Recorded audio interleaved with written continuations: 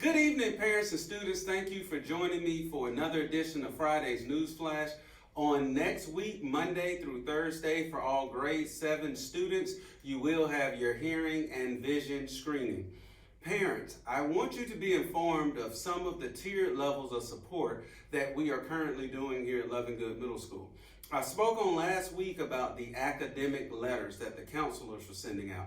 Basically, simply being proactive for anyone who did not do as well as they may have liked in quarter 1. In addition to that, there's also these Loving Good learning letters that have went out, and these are for students who need more of a targeted intervention plan. Perhaps last year, at the end of their last year, retention and promotion may have been a big conversation. So they will be invited to a targeted learning program. In addition to that, Cobb County has also partnered with Tutor ATL, where your students will be able to get live tutoring from an actual person from 4 o'clock to 11 o'clock, Monday through Friday. All of the information is below if you would like more information on that particular program. But again, these are just more supports that we're trying to offer all of our students here at Lovingood. Thank you to everyone who voted for our September Employee of the Month. It is our 6th, 7th, and 8th grade language arts teacher, Ms. Rebecca Swanson. Thank you for all of the positive comments that you made about her teaching practices and about her character. Congratulations to Ms. Swanson. Our News LA article winner of last week was Axel Torres. If you recall, that article was on the rising suicide rates in teens and does it have a correlation with social media?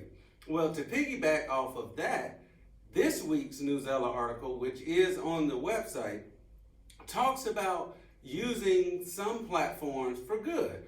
For example, there's some individuals taking a YouTube platform to inform people more about students with various disabilities. I think that's extremely important because these students are getting ahead of it. They're not ashamed. They just want you to understand some of the various disabilities and how it manifests itself and how they are just as capable and are willing to be just as involved in all of the activities and the educational process as their peers. So please access that article and read it with your families. It's a very good read. In 6th grade, the social studies teachers got together for this challenge for the students to create these caravels, which were basically fast sailing ships during the age of exploration.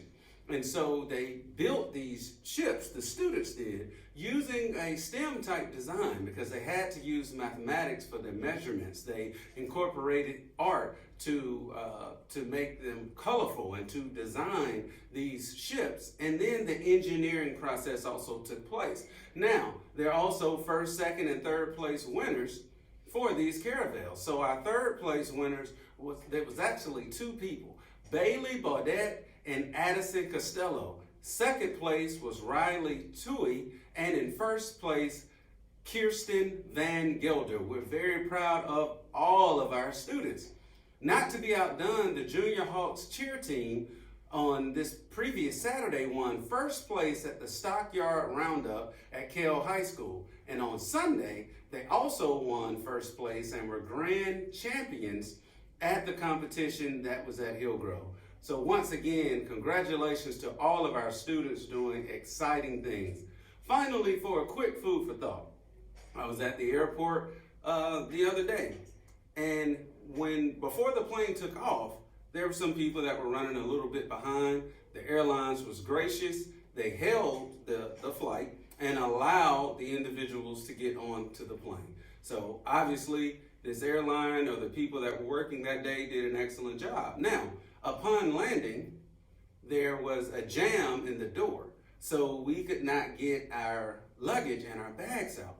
And so this individual kept complaining loudly about the fact that we couldn't get our bags out. And I just simply made the comment is, let's look on the bright side. And I was asked, what is the bright side? I said, well, A, we were just millions of miles up in the sky and we all landed safely. Let's give them some credit for that. Simple moral of the story, the same airline that allowed individuals to get on late because they had compassion in their heart, they were the same airline that, off no fault of their own, had a door that was jammed. So, if they were good in the beginning, they're still good in the end. They're just simply human. That's all I have for now. Please remember that teamwork initiates positive solutions. And until next time, have a great evening.